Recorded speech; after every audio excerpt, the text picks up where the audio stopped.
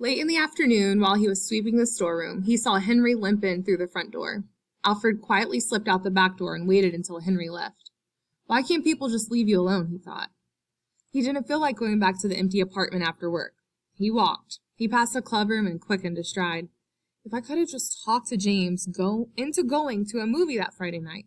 If I just could have thought of something to say at the party when he was looking at me with the junk in his hand. Some partner eyeing him. He found a triple feature up on the 125th Street, and he went in. He had seen all the pictures on television already. So what? See them again, see them 1,000 times. The new ones are the same one as the old ones anyways. He came out into the night. There weren't too many people on the street. Tomorrow is Wednesday, a working day. Get up, go to work, go home and sleep so you can work some more and pay for your fun on the weekend. And then it's Monday again. Days move so slow. The stores along the avenue were already advertising back to school clothes. The summer went so fast. Where'd the summer go? In the park, up in the gym. He walked faster. What makes you think you won't quit this too? Mr. Donatelli said. Shh, smart meat. He looked up. A dim light flickered through the dirty plate glass window. Sorry, I'm still not sure. How'd I get here? Haven't, he thought. He started to walk past the sagging door. Maybe go up for a minute. Might as well clean out the locker. He took the old steps one at a time, twice stopping to catch his breath. Last time I have to go up these crummy steps. Donatelli was sitting on a folding chair tipped back, staring out the window. He didn't turn around. Slowly, Alfred stuffed his sweatshirts, trunks, supporters, socks, his second-hand boxing shoes into a paper shopping bag. Maybe I can sell them back to Bud Martin for some new kid who would really use them. He felt tears in his eyes.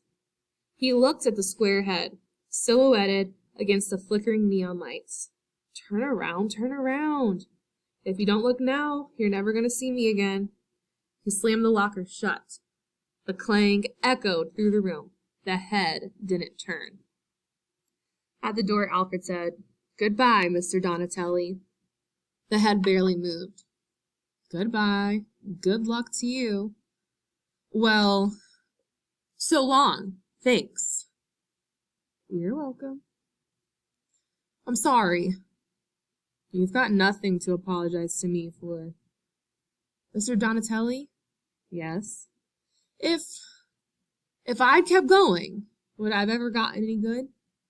Who knows? If I had wanted to, would I have, been a contender? Don't ask me. Then who? Said Alfred. Yourself. Anyone can be taught how to fight. A contender, that you have to do yourself. If I wasn't giving it up, would I have ever got a chance to spar? Probably. To have a real fight someday? Perhaps. Would you know then? Maybe. Maybe, only maybe. The head didn't move. When would you know? When you got hurt in the ring for the first time, really hurt, then I would know. Would you... He let the shopping bag drop. Will you tell me then? When you know? I won't have to, Alfred. You'll know too.